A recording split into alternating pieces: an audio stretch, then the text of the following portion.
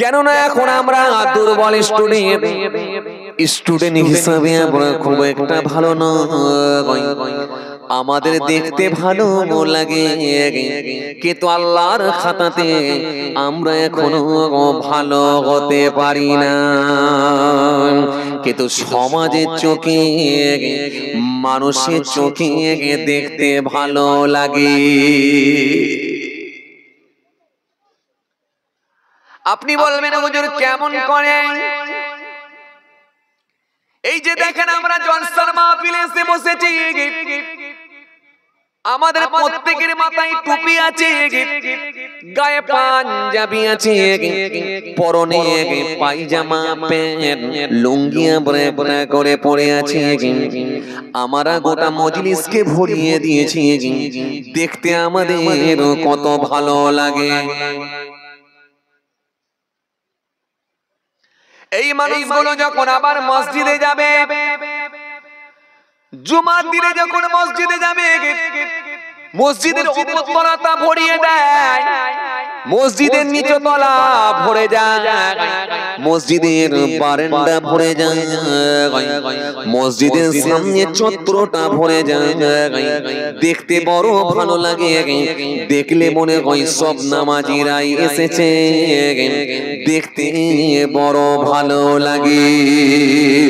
আবার এই মানুষগুলো যখন ঈদের দিনে ঈদগাহ মাঠে গিয়ে যখন দাঁড়িয়ে যায়, গোটা ময়দান যখন ভর্তি হয়ে যায়, পাঞ্জাবি পরে পায়জামা পরে মাথায় টুপি দিয়ে, কেউ আবার মাথায় পাগড়ি বেঁধে, চোখেতে সুরমা দিয়ে, সারা গায়ে খুশবু মেরে যখন ঈদের মাঠে দাঁড়িয়ে যায়, দেখতে বড় ভালো লাগে।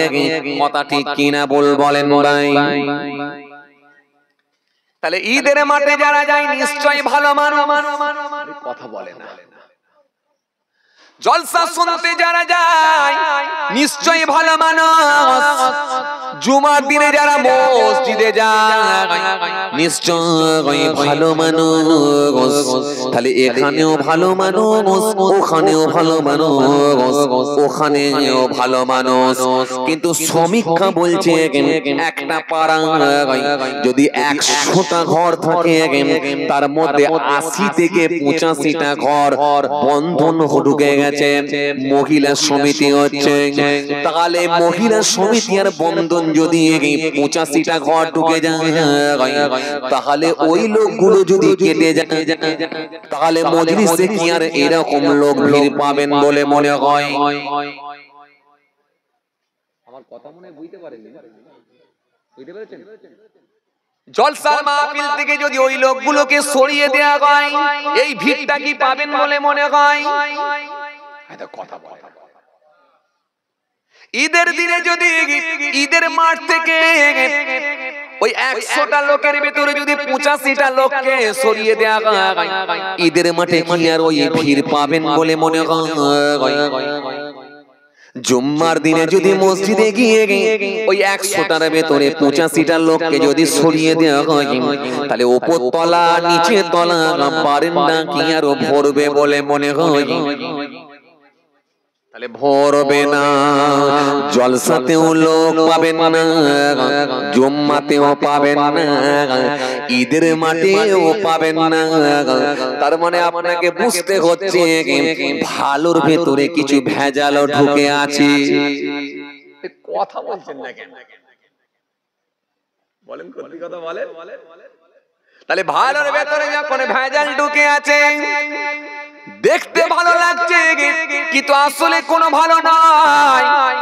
আসলে এই মানুষগুলো আল্লাহর কাছে কোনো বেনিফিট না। কেন? ভেজাল লোকের আল্লাহর কাছে কোনো দাম না। এজন্য আসল লোকের সংখ্যা কম, ভেজাল লোকের সংখ্যা বেশি। আবার এর ভেতরে ওই 100টার ভেতরে 85টা লোককে যদি বাদ দেওয়া হয়, মাত্র 15টা থাকবে। ওই 15টাকে যদি একটু ভালো করে খবর নিয়ে দেখেন, ওর ভেতরে যদি নামাজি থাকে তাও 5 ওয়াক্ত নামাজি নয়, কেউ দেখবেন 2 ওয়াক্ত পরে 3 ওয়াক্ত পরে না, কেউ দেখবেন 4 ওয়াক্ত পরে 1 ওয়াক্ত পরে না, কেউ দেখবেন শুধু জুম্মা পরে 5 ওয়াক্ত পরে না। আসলে এর ভেতরও দেখবেন অনেক গেঁজাখোর পাবেন, বিড়িখোর পাবেন, ধোঁকা মারা লোক পাবেন, সুদ অনেক ধোঁকা মারা লোক পাবেন, প্রতারক লোক পাবেন। এই 15টা লোকের ভেতরে আবার এই লোকগুলোকে পাবেন। তাহলে কাটতে কাটতে যদি ওখানেও 10টা কেটে দেওয়া হয় তাহলে আর রইল মাত্র 5টা। তাহলে 100টা লোকের ভেতরে 5টা লোক ভালো পাবে। কিন্তু আমি হিসাব করে দিয়েছি 5টা। কিন্তু শরীয়তের দৃষ্টিতে যদি আপনি হিসাব করে দেখেন এর ভেতরে আরো কমবে, আরো কমবে, আরো কমবে। কারণ 1999 জন জাহান্নামে যাবে, একজন মাত্র জান্নাতে যাবে। 1000টা লোকের ভেতরে একটা জান্নাতে যাবে, 999 জন জাহান্নামে যাবে। যদি 1000-এ একটা জান্নাতে যায় তাহলে 50,000 লোকে কটা জান্নাতে যাবে?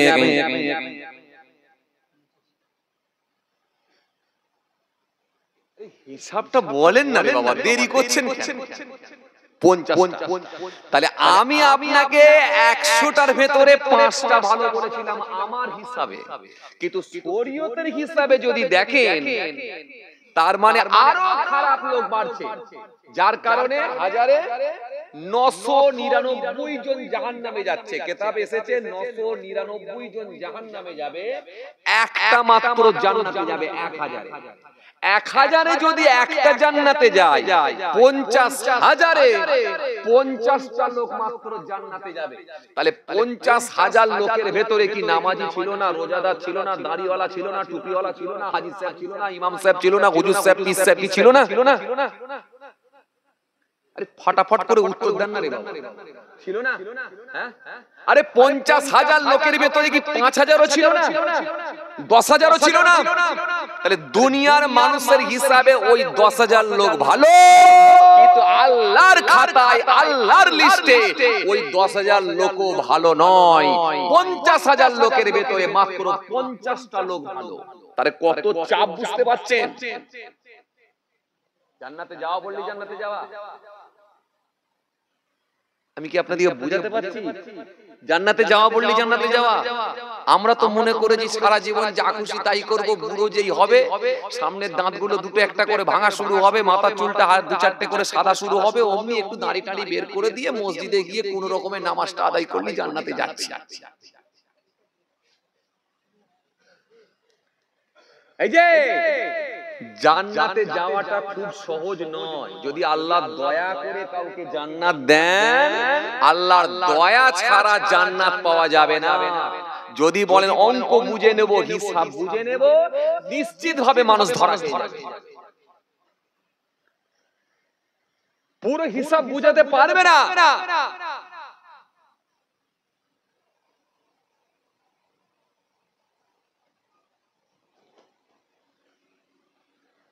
এর ভেতর থেকে যারা দাড়ি টাড়ি রাখে না, নামাজ রোজা করে না, দিন ধর্ম করে না, তারা বলবে ওই যে দাড়িওয়ালা গুলো বেশি পাকামো কামাই করতে গেছে, হ্যাঁ ওরা নামাজ রোজা দাড়ি টুপি করছে, করেও যেখানে যাচ্ছে আর আমরা না করেও সেখানে যাচ্ছি, মুলাকাত হচ্ছে।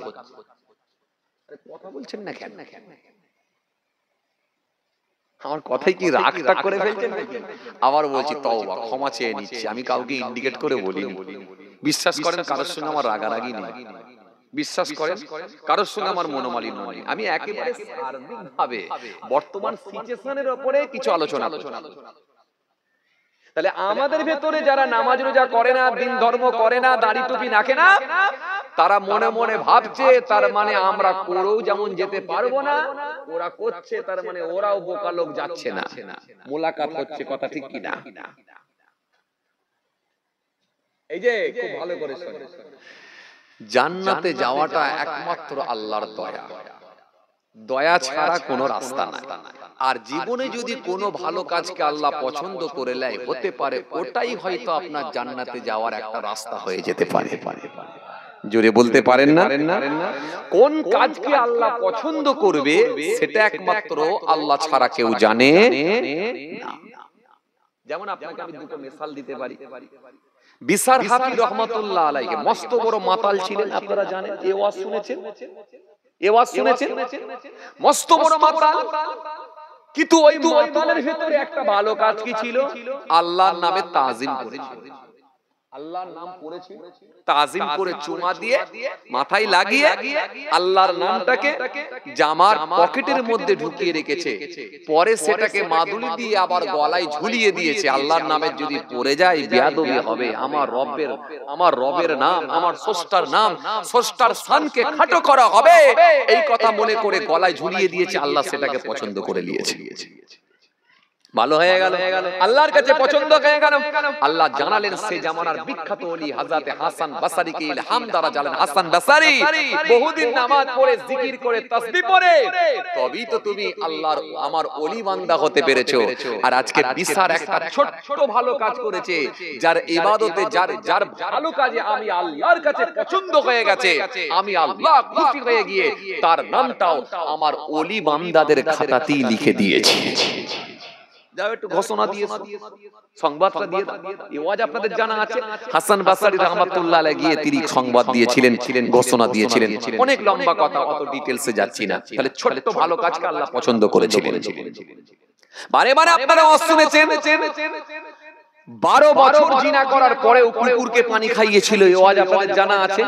কুকুরটা কূপের সামনে গিয়ে হাঁপাচ্ছিল, সেই সময় ওই মহিলা কি করেছিলেন, 12 বছর জিনা করার পরেও সেই মহিলা কি করে কুকুরের উপরে একটু দয়া করে খালি যে কোনো ভাবি হোক কূপ থেকে পানি তুলে তার মুখে দিয়েছিল। আল্লাহ পছন্দ হয়ে গেল, হয়ে গিয়ে সব গুনাহকে maaf করে দিয়ে আল্লাহ জান্নাত দিয়েছিল। তাহলে এই জান্নাতটা দেওয়া আল্লাহর দয়া, কোন ভালো কাজকে আল্লাহ পছন্দ করবে সেটা একমাত্র আল্লাহই জানে। কিন্তু আপনাকে করে যেতে হবে, করে যেতে হবে, করে যেতে হবে। এমন কিছু ভালো কাজ আপনার ভেতরে থাকবে যেটা আপনি জানবেন আর আল্লাহ জানবে। আর আল্লাহ যদি জেনে যায় আমার আল্লাহ সবই জানেন, আর আল্লাহ যদি পছন্দ হয়ে যায় তাহলে ওটাই আপনার নাজাতের ওসিলা হয়ে যেতে পারে। তাছাড়া গ্যারান্টি কিছু নেই। কেন? জীবনে আবার একটা আপনাকে মিসাল দিলে বুঝতে পারবেন, জীবনে একটা খারাপ কাজকে যদি আল্লাহ অপছন্দ করেন সেটাই জান্নাত যাওয়া কঠিন হতে পারে। মিসাল আপনাকে দিলে খুব ভালো বুঝতে পারবেন। ইবলিস শয়তান, যার নাম হলো ইবলিস, বাপের নাম খব্বিস, মায়ের নাম নিলবিস, জন্ম কোথায়? জাহান্নামের আগুনে। জি, জাহান্নামের আগুনে থাকার সুযোগ পেয়েছিল কোথায়? আসমানে। প্রথম আসমান, দ্বিতীয় আসমান, তৃতীয় আসমান, চতুর্থ আসমান, পঞ্চম আসমান, ষষ্ঠম আসমান, সপ্তম আসমান, যাকে মুআল্লিমুল মালাকুত, ফেরেশতাদের উস্তাদ বলা হতো। কিন্তু আল্লাহ বহিষ্কার করলেন, বের করে দিলেন, ফখরুজ, দূর হয়ে যাও, বেরিয়ে যাও। কথা কয় না, কটা কারণে। এই ওয়াজ কিন্তু সব পুরনো ওয়াজ, আমি ওই জন্য আপনাদেরকে লম্বা আলোচনা করছি না, খালি ধরিয়ে দিচ্ছি জাস্ট ঠিক জায়গাগুলো আপনাদের সামনে একটু মনে করিয়ে দিচ্ছি। এই ইবলিসকে বহিষ্কার করা হয়েছিল কটা কারণে? কথা বলে কটা কারণে তাকে ইবলিসকে বের করে দেওয়া হয়েছিল, বহিষ্কার করা হয়েছিল? কটা কারণে? কথা বলে কটা কারণে? একটা কারণে। Correct answer. চাচা ওখান থেকে আঙুল দেখিয়েছেন, একটা কারণ। তার মধ্যে ছিল একটা ওয়াহমিকা, অহংকার। সে বলেছিল আদমের থেকে আমি শ্রেষ্ঠ, আর আল্লাহ এটাই পছন্দ করেন। বাস বেরিয়ে যা, বেরিয়ে যা। কেন? সে আদমকে সিজদা দিতে অস্বীকার করেছিল, আল্লাহ এটা পছন্দ করলেন না, বের করে দিলেন, যাও বেরিয়ে। তাহলে একটা কারণে ইবলিসের আমল সব বরবাদ। ইবলিসের আমল কেমন ছিল? সারা আসমানে এমন কোন জায়গা নাই ইবলিসের সিজদা নাই, সারা পৃথিবীতে এমন কোন জায়গা নাই যেখানে ইবলিসের সিজদা নাই। তাহলে এত সিজদা, এত নামাজ পড়ে, এত আল্লাহকে ডেকেও ফেরেশতাদের উপরে চলে গেল, কিন্তু তার ইবাদত সব ধ্বংস হয়ে গেল একটা কারণে। কথা মনে হয় বোঝাতে পারিনি আপনাদের, বুঝতে পারছি? কেন? তার ভিতরে ছিল অহমিকা। কোরআন শরীফের মধ্যে এইজন্য আল্লাহ বলেছেন ওয়াদ কাসীরু মিন আহলিল কিতাব লাউ ইয়ারুদুনাকুম মিন বা'দি ঈমানিকুম কুফার হাসাদাম মিন ইনদি আনফুসিহিম মিন বা'দি মা তাবাyyana লাহুমুল হক ফাআফু ওয়াসফাহু হাত্তা ইয়াতুল্লাহু বিআমরিহি ইন্নাল্লাহু আলা কুল্লি শাইইন কাদির।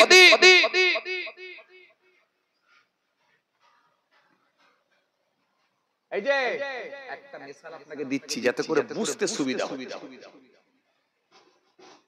আমাদের আদি পিতা যার নাম হলো হযরতে আদম আলাইহিস সালাম। এই আদম আলাইহিস সালামকে আমার আল্লাহ পাক যখন জান্নাতের ভেতরে রেখেছিলেন, আল্লাহ কি বলেছিলেন? জান্নাতে সব কিছু ভোগ করো, কিন্তু ওই গাছের নিচে যাবে না, ওই ফলটা খাবে না। কোন ফল? আরে কথা বলছেন না কেন? কোন ফল? গন্ধম ফল। ওই ফলটা যেন খেও না। আর ইবলিস চেয়েছিল যে কোনো ভাবে ওই ফলটাই খাওয়াবো, ছলে বলে কলে কৌশলে যে কোনো ভাবেই হোক, মা হযরতে হাওয়া ইসলামকে কন্ট্রোলে নিয়ে হোক, যে কোনো ভাবে হাওয়া ইসলামকে খাইয়ে, এই যে হাওয়া ইসলামকে দিয়ে আদম ইসলামকে খাওয়ানো হয়েছিল। ফলে কি রেজাল্ট হলো? আদম ইসলামকে আমার আল্লাহ জান্নাত থেকে বের করে দিলেন, বহিষ্কার করলেন। আদম ইসলাম পৃথিবীর জমিনে চলে এলেন, কাঁদতে শুরু করলেন। কত বছর কেঁদেছিলেন? 350 বছর। ইখতিলাফ, কেউ বলেছে 300 বছর, কেউ বলেছে 350 বছর। তাহলে একটা ফল খাওয়ার জন্য যদি 350 বছর কাঁদতে হয়, আইন কি খুব সহজ বলে মনে হচ্ছে? আরে কথা বলছেন না কেন? খুব সহজ বলে মনে হচ্ছে? খুব সহজ নয়। এজন্য আপনাকে আমি কি বললাম? দয়া। কোন কাজকে আল্লাহ পছন্দ করবে? দয়া করে জান্নাত। আর যদি আমার আল্লাহর কাছে অপ্রিয় হয়ে যায়, তাহলে সেই মানুষের জন্য জান্নাতে যাওয়া বড় কঠিন। এটা আপনাকে বুঝে চলতে হবে। এই জন্য সর্বসময় আপনাকে তৈরি থাকতে হবে, যে কাজগুলো করলে আল্লাহ সন্তুষ্টি, আল্লাহ রাজি, সেই কাজগুলো একটা একটা করে করে যেতে হবে। তবে মনে রাখতে হবে, জানবেন আপনি আর জানবেন মালিক, আর কেউ জানবে না। পৃথিবীর কোনো মানুষকে জানতে দেওয়ার দরকার নাই। এমন কিছু ইন্টারনাল কাজ থাকবে যেগুলো আপনি আর আল্লাহ ছাড়া কেউ জানবে না। চলুন এবার আমি আসল জায়গায় চলে আসি। তাহলে ভালো কাজ আপনাকে করে যেতে হবে। এই ভালো কাজগুলো কি করবে সেটা আপনি নিজে নিজে সিদ্ধান্ত নেবেন। যদি মনে হয় এটা করা দরকার সেটা করবেন, যদি মনে হয় এটা বাদ দেওয়া দরকার সেটাকে বাদ দেবেন। নিজের বিবেককে কাজে লাগিয়ে সোজা রাস্তায় ধাবিত হবে। আর জীবনে কোনো ভালো কাজ যদি আল্লাহর পছন্দ হয়ে যায়, সেটাই জান্নাত হয়ে যাবে। তবে বাবাজি আমার ভাইরা, যে কথা আপনাদের বোঝাতে চাইছি না, তার ভেতরে মোট আমি আপনাদেরকে 7টা কাজের কথা বলেছিলাম। এই 7টা কাজ যদি পৃথিবীর জমিনে করে যেতে পারে, তার ভেতরে যদি 7টা নাও পারে, একটাও যদি পারে, আমার আল্লাহ রাজি হলে, খুশি হলে কবরে চলে যাবার পরে আল্লাহ সওয়াব জারি রেখে দেবে।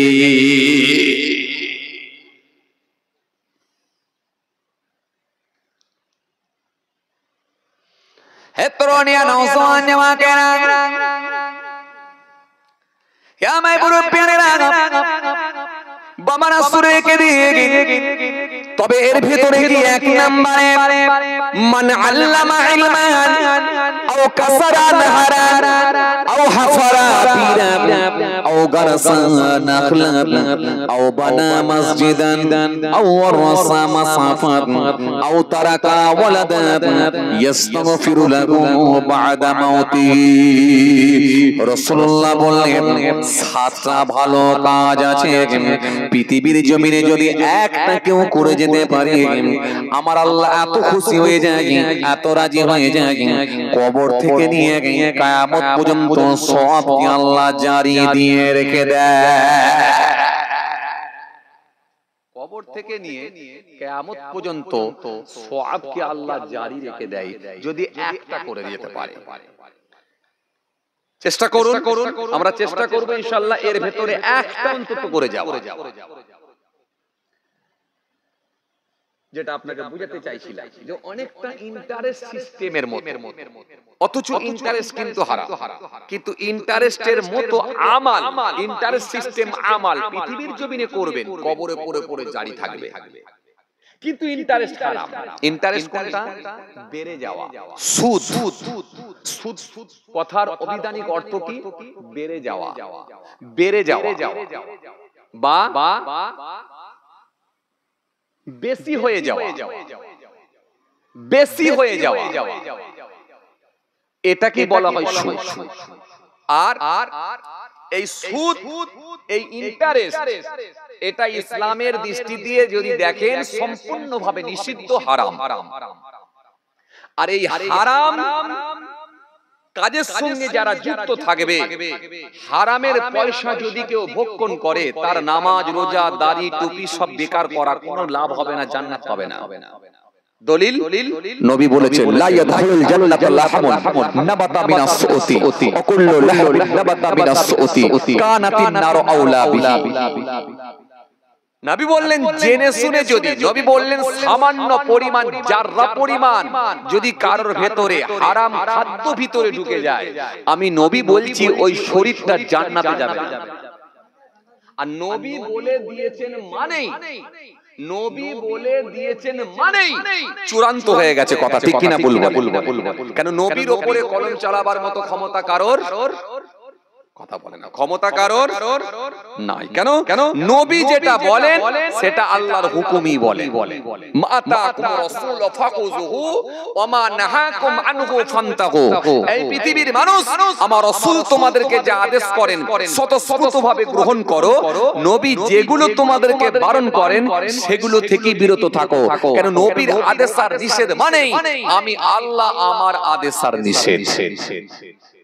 জোরে বলতে পারেন না? একটু খুশি মনে হয় না? তাহলে সুদ হারাম, এই হারাম যদি পরিত্যাগ না করা হয়, তাহলে কিন্তু ওই 7টা কাজের ভিতরে একটা করেও কিন্তু কোনো উপকার হবে না।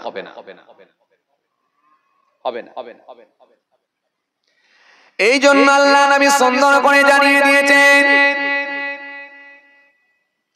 তোমরা হারাম থেকে বেঁচে চলো।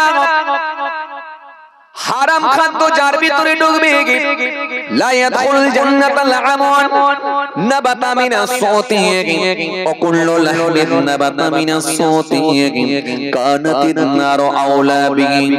নবী বললেন যার জেনে শুনে এক জাররা পরিমাণ, সামান্য পরিমাণ হারাম খাদ্য ভিতরে ঢুকে যায়, ওই শরীরটা তার জান্নাতে যাবে না, যাবে না, যাবে না। আল্লাহ কোরআনে কারীমের মধ্যে বলেছেন ইয়া আইয়ুহাল্লাযীনা আমানুত্তাকুল্লাহা ওয়া যারু মা বাকিয়া মিনার রিবা ইন কুনতুম মুমিনিন। এজন্য আল্লাহ কোরআনে কারীমের মধ্যে বলেছেন ইয়া আইয়ুহাল্লাযীনা আমানু লা তুহরিমু তাইয়্যিবাত মা হালাল্লাহু লাকুম ওয়া লা তা'তাদু ইন্নাল্লাহা ইউহিব্বুল মু'তাদিন। এজন্য কোরআনে কারীমের মধ্যে আল্লাহ সুন্দর করে বলেছেন ইয়া আইয়ুহাল্লাযীনা আমানু কুলু মিন তাইয়্যিবাতি মা রাযাকনাকুম। যেন নবী হাদিসের মধ্যে বলেছেন লাআন রাসূলুল্লাহ সাল্লাল্লাহু আলাইহি ওয়াসাল্লাম আকিলাতিবা মুকিলা ওয়া কাতিবা ওয়াশাকিদা ওয়া ক্বালা সাওয়াবুন। একটা, দুটো, তিনটে, চারটে নয়, একাধিক হাদিস আর কোরআন এসেছে। এজন্য সামান্য পরিমাণও যদি হারাম খাদ্য ভিতরে ঢুকে যায়, ওই শরীরটা জান্নাতে যাবার কোনো সুযোগ না।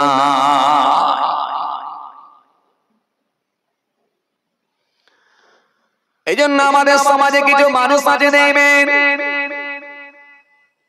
কেউ আছে দেখবেন সুদের সঙ্গে যুক্ত, কেউ আছে দেখবেন লটারির সঙ্গে যুক্ত, কেউ আছে দেখবেন ঘুষের সঙ্গে যুক্ত, অনেকে আছে দেখবেন প্রতারণার সঙ্গে যুক্ত, অনেকে আবার আছে দেখবেন মানুষকে ধোঁকা দেওয়ায় অভ্যস্ত।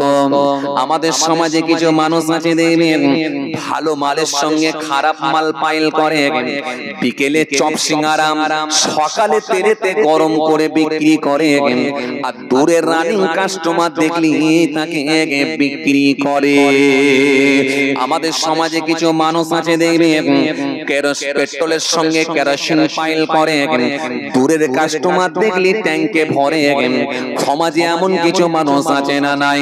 আমাদের সমাজে কিছু মানুষ আছে দেখবেন ভালো বেগুনের সঙ্গে কানা বেগুন পাইল করে, ভালো বেগুনের সঙ্গে কানা বেগুন পাইল করে, আর দেখবেন বড় পটলের সঙ্গে ছোট পটল পাইল করে দেয়, চন্দ্রমুখী আলুর সঙ্গে জ্যোতি আলু পাইল করে দেয়, চড়া দামে বিক্রি করে দেয়। সমাজে এমন মানুষ আছে না নাই? হারাম খাওয়াটাকে যেন মনে মনে ভাববেন না যে শুধু সুদ খাওয়াটাই হারাম, এমনটা মানুষের সঙ্গে প্রতারণা করাটাও হারাম, এটাও যেমন অন্যায়, সুদ খাওয়াটাও যেমন হারাম, এটাও যেমন অন্যায়, লটারি কাটাটাও যেমন হারাম, এটাও যেমন অন্যায়, এমনকি একটা লোকের পুকুর থেকে না বলে মাছ তুলে নেওয়া এটাও হারাম, এটাও অন্যায়। একটা লোকের পুকুর থেকে জাল ফেলে মাছ তুলেছেন, ছিপ ফেলে মাছ তুলেছেন, কিংবা একজনের বাড়ির পাশ দিয়ে যাচ্ছেন, আম গাছের ডালটা পাঁচিলের বাইরের দিকে ঝুলে আছে, লগালিয়ে ওখান থেকে দু চারটে আম পেড়ে নিয়েছেন, নিয়ে সেই আমগুলোকে বাড়িতে নিয়ে যা আপনি নামাজি লোক টক করে আচার করে কিংবা আম ডাল করে খেয়ে নিচ্ছেন, মনে মনে ভাবছেন এটা তো আমার পাশের বাড়ি, অমুক চাচার বাড়ি কি অমুক ভাইয়ের বাড়ি, খুব সহজ ভাবে নিয়ে নিলেন, কিন্তু এটাও কিন্তু আপনি হারাম করলেন। খুব চাপ। কি বলেছিলাম? দুটো সূত্র কিন্তু মনে রাখবেন। কি বলেছিলাম? যদি আল্লাহর কাছে অপছন্দ হয়ে যায় কোনো কাজ, তাহলে জান্নাতে যাওয়া খুব কঠিন। আর আল্লাহর কাছে যদি কোনো কাজ পছন্দ হয়ে যায়, তাহলে জান্নাতে যাওয়া খুব সহজ। কেন? আপনার নামাজ রোজা দাড়ি টুপি করলেই যে শেষ এমনটা নয়। এই নামাজ রোজা দাড়ি টুপি করলে কি হবে? আপনি আপনার টিকিটটা ওয়েটিং এ নামটা উঠেছে, টিকিট কিন্তু এখনো কনফার্ম হয়নি, সিট পেয়েছেন কি পাননি এটা বলা মুশকিল, শুধুমাত্র জাস্ট আপনার টিকিটটা ওয়েটিং এ নামটা উঠেছে, ওয়েটিং লিস্টে আপনার নামটা আছে। টিকিট হতেও পারে নাও পারে, ওয়েটিং এ ঝুলছে। আর নামাজ রোজা দাড়ি টুপি রোজা যদি না থাকে, তাহলে ওয়েটিং ও নাম থাকবে না। আমার কথা কিছু বুঝতে পারছেন? হ্যাঁ, বুঝতে পারছেন? তার ভেতরে আপনাকে আমি যেটা বোঝাতে চাইছিলাম, তাহলে এই হারাম খাদ্য আপনাকে পরিত্যাগ করতে হবে। যে চাচাগুলো আছেন বাড়িতে, যারা এখনো পর্যন্ত সুদের সঙ্গে যুক্ত আছেন, বন্ধন ঢুকিয়ে রেখেছেন, আল্লাহর রাস্তায় ছেড়ে দেন। যে ভাইগুলো আছেন ভাবিগুলোকে মহিলা সমিতির হেড বানিয়ে রেখেছেন, আল্লাহর রাস্তায় ছেড়ে দেন। আপনি গরিব হয়ে যাবেন, আপনি গরিব হয়ে যাবেন না। সেদিনে এক জায়গায় এই ওয়াজটা করেছিলাম, করে বললাম যে আপনাদের এখানে সুদ খায় ভাই? বলে হুজুর যার নাই সে খায়, কি করবে, নালে চলবে কি করে? আচ্ছা, আপনি আমাকে হিসাব দিতে পারবেন যে লটারির টিকিট কেটে কেউ সুখী হতে পেরেছে? কথা বলে লটারির টিকিট কেটে কেউ বড় লোক হতে পেরেছে বা সুখী হতে পেরেছে, এই হিসাব কি আপনার কাছে দিতে পারবেন? আপনি পারবেন? আমার কাছে খবর আছে, লোক বলছে হুজুর একটা 45,000 টাকা পেয়েছিল, অমুক লোক নাম বলছি, অমুক লোক একটা 45,000 টাকা পেয়েছিল লটারির টিকিট কেটে। ওই যে 45,000-এর লোভ তার ভেতরে চলে এলো, কত 45 বেরিয়ে গেল, কত 45 চলে গেল, এমনকি তার ঘরেতে তার বিবির যে রান্না করার হাঁড়িগুলো কড়াগুলো সেগুলো পর্যন্ত বিক্রি হয়ে গেল। তাহলে লটারির নেশাতে হাঁড়ি কড়া খুন্তি বিক্রি হয়ে যাচ্ছে, তার মানে অবস্থাটা কোন জায়গায় পৌঁছাচ্ছে বুঝতে পারছেন? আমরা এমনও দেখতে পাই, এমনও জুয়া খেলা হয়, সোশ্যাল মিডিয়ায় আমরা জানতে পাচ্ছি নিজের বিবিকে পর্যন্ত বিক্রি করে দিচ্ছে। দেখতে পাননি আপনারা? এই সোশ্যাল মিডিয়া যারা চালান তারা দেখতে পাবে। জুয়া খেলার নেশাই করে লাস্টে আর কিছু নেই, বিবিকে পর্যন্ত বেচে দিচ্ছে, যদি না পায় তো বিবি তার হয়ে যাবে, এই রকম পর্যন্ত আমরা সোশ্যাল মিডিয়ায় দেখতে পাচ্ছি। তারপর নেশাটা কত জঘন্য জিনিস বুঝেন একবার। জুয়ার নেশা, লটারির নেশা, সুদের নেশা, এগুলো হলো নেশা ছাড়া অন্য কিছু নয়। আর এগুলোকে যারা পেশায় পরিণত করে ফেলবে, নিশ্চিতভাবে ওই মানুষগুলো দাড়ি টুপি নামাজ রোজা কোনো উপকারে আসবে না, কোনো উপকারে আসবে না। যদি মনে ধারণা হয় যে গরিব হয়ে যাব, চলেন আপনাকে আমি এক্ষুনি মিসাল দিয়ে বুঝিয়ে দেব। মহল্লার ইমামের বেতন কত? আপনাদের এখানে ক টাকা দেন আমি জানি না, কিন্তু আমি সার্বিকভাবে বলি, একটা আন্দাজে বলছি, মনে রাখবেন। খুব জোর হলে মহল্লার ইমামকে আমরা বেতন দিই 4,000 টাকা। কথা কয় না, হ্যাঁ না কিছু বলেন না রে বাবা, ঘাটটা লড়ান না। 4-4.5 টাকা দিত নাকি, 5,000 টাকা দিত নাকি? হ্যাঁ হ্যাঁ, আরে বাবা জায়গায় জায়গায় বলেন 4-4.5 টাকা 5,000 টাকা দেয় তো, কোন জায়গায় হয়তো একটু বেশি, ওটা বাদ দেন না। আমি যদি হিসাবে ধরি এই 5,000 টাকা বেতন দিচ্ছি কাকে? মহল্লার ইমামকে। এই মহল্লার ইমামকে আমরা 5,000 টাকা বেতন দিচ্ছি। এরপরে দেখেন ইমামটা কিন্তু অনেক খুশি, অনেক সুখী, অনেক লাকি। ইমাম সাহেবকে গিয়ে জিজ্ঞাসা করা হচ্ছে, ইমাম সাহেব হুজুর ছেলে মেয়ে আপনার কটা? বলে 4টে। বড় ছেলে কি করে? বড় ছেলে হাফেজ হয়ে মাওলানা হয়ে সেও এক জায়গায় ইমামতি করছে, আর আলহামদুলিল্লাহ টুকটাক জলসা মাহফিলও করছে। মেজো ছেলে কি করছে? মেজো ছেলে হাফেজ হয়ে মাওলানা লাইনে এখন পড়াশোনা করছে। ছোট ছেলেটা কি করছে? ছোট ছেলেটা হাফেজি মাদ্রাসায় পড়ছে। আর মেয়েটা সবার ছোট, বাড়িতে ওর মায়ের কাছে আছে। ইমাম সাহেব ফুর্তিতে আছে, দিনে 12 খানা করে খালি পান খাচ্ছে। কথা বলছেন না কেন? তার ঠোঁট লাল, দাঁত লাল, সব লাল। পিচ ফেলতে গিয়ে যদি নাকে ছিটা লেগে যায় সেখানে নাকও লাল। কথা বলছেন না কেন? সব লাল। আরে দিনে 12 খানা করে পান খায়, এক একটা পানের দাম কত? মিনিমাম 5 টাকা। আরে কথা বলে না, 5 টাকার বেশি হতে পারে, আমি 5 টাকায় ধরলাম। 5 টাকার যদি পান হয়, 12 খানা পানের দাম হলো 5-12 60 টাকা। 60 টাকার যদি দিনে পান লাগে, 60 টাকার যদি খালি দিনেতে পান খরচা তার লাগে, তাহলে বলেন মাসে ক টাকা হচ্ছে? একটু কথাবার্তা বলেন না। ক টাকা? 1800 টাকা। মাসে 1800 টাকার খালি পান খরচা লাগছে। এরপরও সেই লোকটা দেখেন সাইকেল করে ফুল পিকআপে ঘুরছে। দিন দিন তার শরীর স্বাস্থ্য বেরিয়ে যাচ্ছে। লিভারকে আল্লাহ এত স্ট্রং করেছে, সারা গ্রামের খাবার খেয়ে হজম করে ফেলছে। কথা বলছেন না কেন? আপনি তো একদিন বিয়ে বাড়ি খেতে গেলে আপনাকে ভাবতে হয়, পকেটে ডাইজিন নিয়ে যেতে হয়। আরে কথা বলছেন না কেন? প্রয়োজনে ইনো নিয়ে যেতে হয়, প্রয়োজনে আপনাকে জিরো পানি মারতে হয়। একদিন বিয়ে বাড়ি খেতে গেলে কত ভাবতে হয়। আর ইমাম সাহেব সারা গ্রামের খাবার হজম করে ফেলছে, তার লিভারকে আল্লাহ এত স্ট্রং করেছে, বিরাট সুখে আছে। কথা ঠিক কিনা? আর আপনি মাসে 25,000 টাকা ইনকাম করেন, তাও বলছে হুজুর একদিক দিয়ে টাকা আসছে, একদিক দিয়ে বেরিয়ে যাচ্ছে, কি হবে বলেন? একটু মাদুলি ফাদুলি হবে। কথা বলছেন না কেন? আরে 25,000 টাকা ইনকাম করে সেও বলছে হুজুর টাকা থাকছে না। কেউ 30,000 টাকা ইনকাম করে সেও বলছে হুজুর টাকা থাকছে না। তার মানে এর ভেতরে আল্লাহ শান্তি রাখছেন না, বরকতকে আল্লাহ তুলে নিয়েছে, বরকত তুলে নিয়েছে।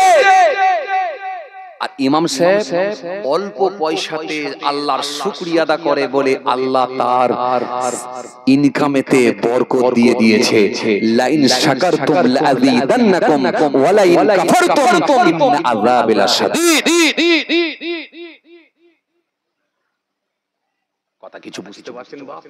আর আপনি বলছেন আমার চলবে কি করে? এই এত কম পয়সায় যদি আমি একটু সুদ না খাই, যদি একটু বন্ধন না করি, চলবেটা কি করে? এই যে এই ভয়টা করছে না, আপনার ভেতরে একটা আতঙ্ক তৈরি হয়ে গেছে। আসলে রুজির মালিক আল্লাহ।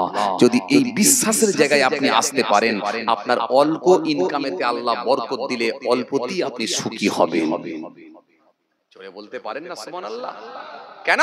আল্লাহ আপনার সংসারকে শান্তি করে দেবেন, আল্লাহ আপনাকে বড় বড় রোগ ব্যাধি থেকে বাঁচিয়ে দেবেন। অল্প ইনকামেতে আপনি আল্লাহ দরবারে অল্প ইনকামেতে আপনি দেখবেন সুখী হতে পারবেন। আল্লাহ আপনার ওই অল্প ইনকামেতে আল্লাহ দেখবেন বরকত দিয়ে দেবে। এই জন্য রুজির মালিক কোন মানুষ নয়, রুজির মালিক হলো আল্লাহ।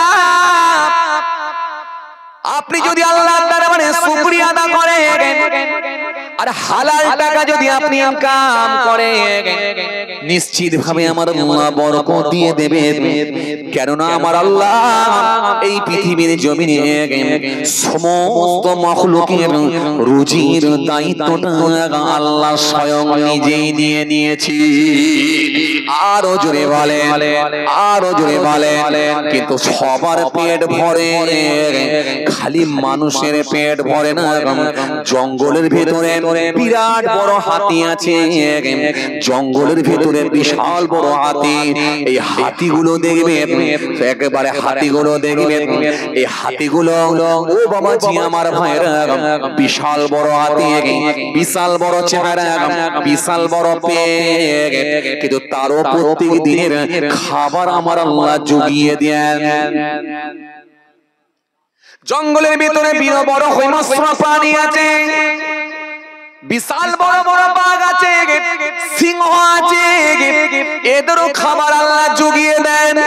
জঙ্গলের ভিতরে ছোট ছোট প্রাণী আছে, হরিণও আছে, আরো ছোট ছোট প্রাণী আছে, এদেরও প্রত্যেকের খাবারকে আল্লাহ জুগিয়ে দেন।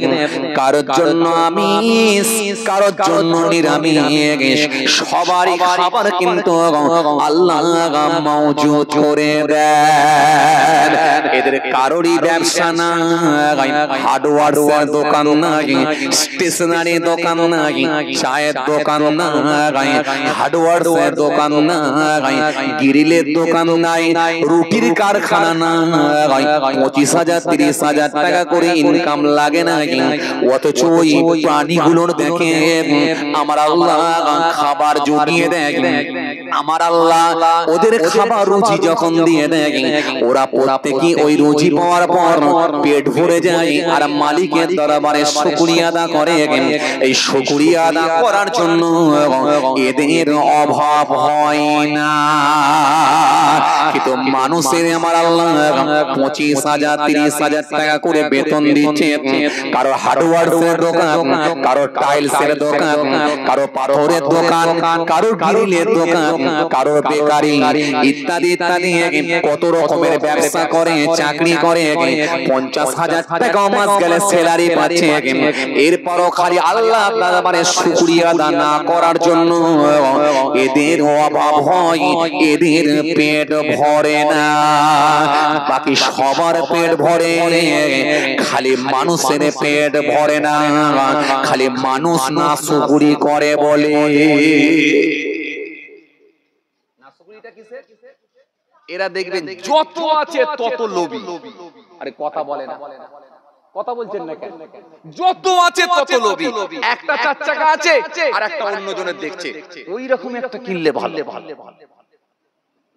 একটা 2 চাকা আছে আর একজনের 4 চাকা দেখছে, ওর মতো একটা 4 চাকা হলে ভালো। একতলা বাড়ি আছে আর একজনের 3 তলা বাড়ি দেখছে, ওর মতো বাড়ি বানালে ভালো হয়। 3 তলা করছে আর একটা ফ্ল্যাট করলে ভালো হয়। ফ্ল্যাট একটা হয়েছে, আরে রাজারহাটে আরেকটা ফ্ল্যাট নিলে ভালো হয়। আরেকটা ফ্ল্যাট হয়েছে, আরে বাবা একটা বেকারি করলে ভালো হয়। একটা বেকারি হয়েছে, একটা ইটভাটা করলে ভালো হয়। কারণ মানুষের মৃত্যু পর্যন্ত এই মানুষের যে লোভ, এই যে চাহিদা, এই লালসা কোনদিন কিন্তু মিটবে না। কারণ এই মানুষ অল্পতে খুশি হয় না, আল্লাহর সন্তুষ্টি অর্জন করে না, আল্লাহকে রাজি করতে পারে না। শুকরিয়া আদা না করার জন্য এই মানুষেরই অভাব হয়, বাকি কারোর অভাব হয় না। আপনি অবাক হয়ে যাবেন, ফজরের নামাজ পড়ে আপনি যখন বাড়িতে এলেন, এই যে ফজরের নামাজ পড়ে যখন বাড়িতে এসেছেন, অল্প দেখছেন, হালকা হালকা দেখছেন, একটু বেশ ওয়েদারটা হালকা হালকা দেখছেন, বেশ একটু দিনের আলো এসে পৌঁছেছে, অন্ধকারটা পরিষ্কার হচ্ছে, ফজরের নামাজ হয়ে গেছে, একটু ফারচা হয়ে গেছে, দেখতে পাচ্ছেন 4-5টা কি 6টা-7টা কাক এসে আপনার ঘরের এই বাড়িতে এসে, আপনার বাকুলের ভেতরে এসে রাতের বেলা সেই ফেলে দেওয়া হাতগুলোকে, হাড় কুচোগুলো পড়ে আছে, মাছের কাঁটাগুলো পড়ে আছে, তারা ইচ্ছা মতো খেয়ে নিয়ে কা কা কা করে উড়ে চলে গেল। আচ্ছা আপনি বলতে পারেন এই কাকগুলো যে আপনার বাড়ির মেহমান হলো, এদের কাউকে কি টেলিফোন করে আপনি ডেকেছিলেন যে আমার বাড়িতে কিছু খাবার আছে খেয়ে যাও? কথা বলছেন না কেন? কোনদিন কি আপনি মোবাইল ফোন করেছিলেন, আপনি চিঠি করেছিলেন? না। অথচ ওই কাকগুলো জানে আপনার বাড়িতেই খাবার পাবো, তাই আপনার বাড়িতে এসে খাবার খেয়ে ইচ্ছা মতো বেরিয়ে গেল। কারণ তাদেরকে আমার আল্লাহ এই নাকের মধ্যে সেই খুশবু, সেই ঘ্রাণকে পৌঁছে দিয়েছেন যে অমুকের বাড়িতে খাবার আছে, যা খেয়ে নে। কারণ আল্লাহ তার রুজিটা এখানেই রেখেছেন, সে রুজি পেয়ে গেল, খেয়ে বেরিয়ে গেল। আপনি অবাক হয়ে যাবেন, আপনার জামাই 500 গ্রাম সন্দেশ নিয়ে এসে বাড়িতে নিয়ে এসেছে, আপনি বললেন আপনার বিবিকে বললেন এই সন্দেশটা রাতের বেলা খাবো নি, সকালবেলা চা মুড়ি দিয়ে খাবো, একটু তাকের উপরে তুলে রেখে দাও। তাকের উপরে তুলে দিয়েছেন। রাত 1:30টার সময় দেখছেন লাল পিঁপড়ের দল এসে, লাল পিঁপড়ের দল এসে, রাত 1:30টার সময় লাল পিঁপড়ের দল এসে ইচ্ছা মতো সন্দেশ খেয়ে নিয়ে বেরিয়ে চলে যাচ্ছে। আচ্ছা আপনি বলতে পারবেন এই যে পিঁপড়ের দল এসে সন্দেশ খাচ্ছে, একটাকেও কি টেলিফোন করেছেন, মোবাইলে ফোন করেছেন, না চিঠি দিয়েছেন?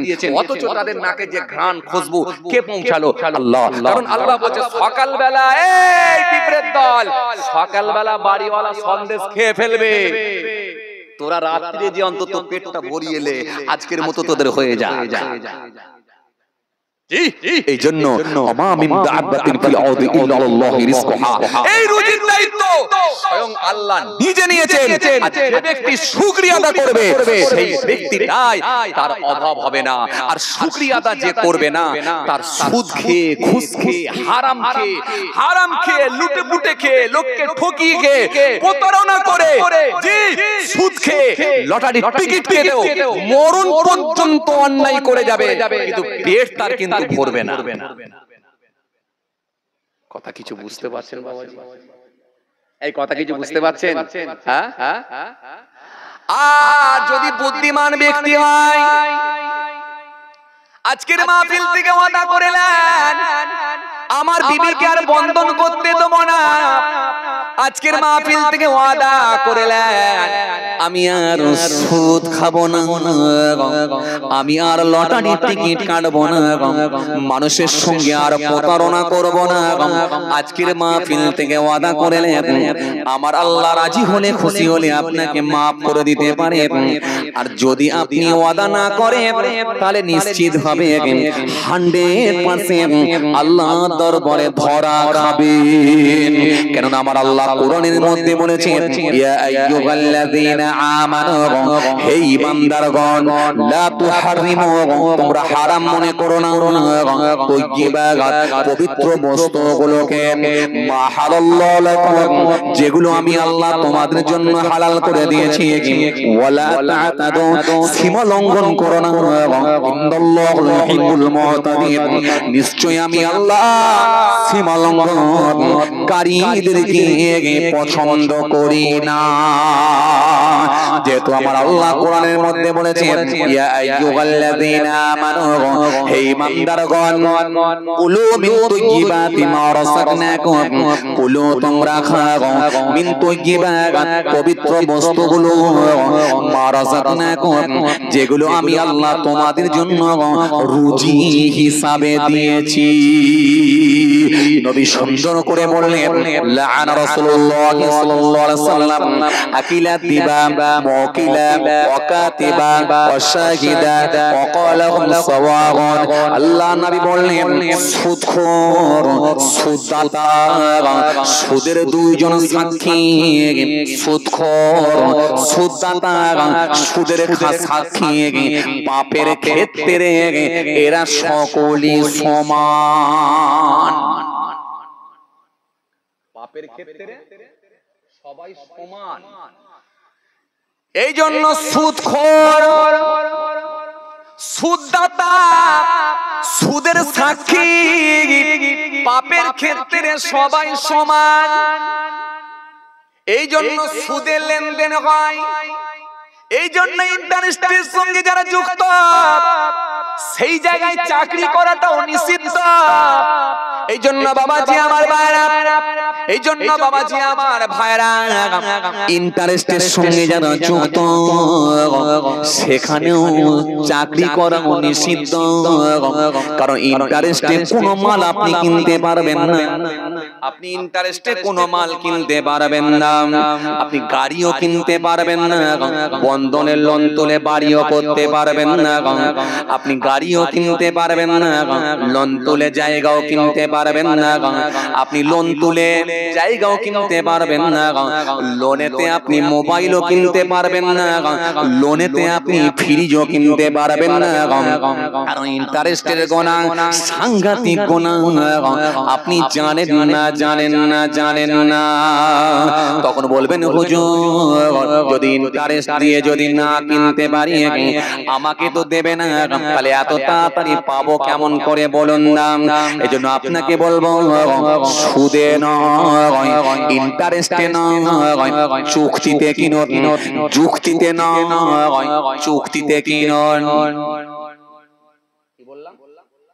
যুক্তিতে নয়, চুক্তিতে কিনুন। যুক্তি দিয়ে বুঝিয়ে লাভ নাই, চুক্তি করে কিনে নেন। কেমন কেমন করে কেনা?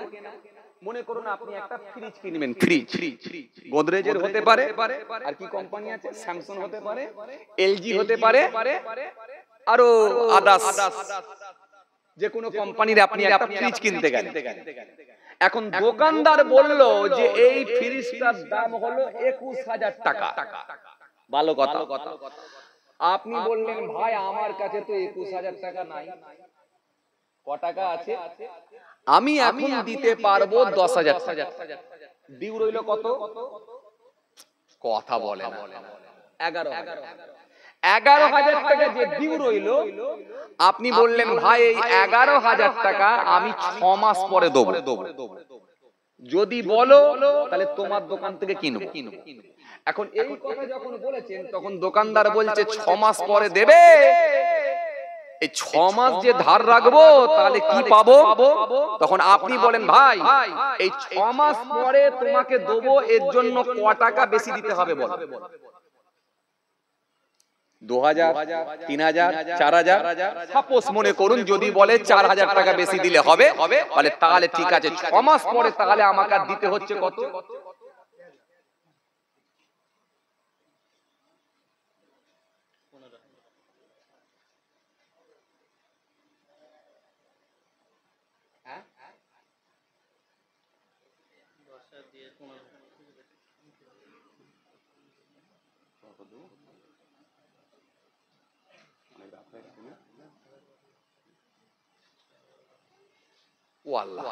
এ তো 12:30 বেজে গেছে গো। যাক তাহলে ছেড়ে দিই ভাই, আর সময় নেবো না, আপনাদেরকে কষ্ট দেবো না।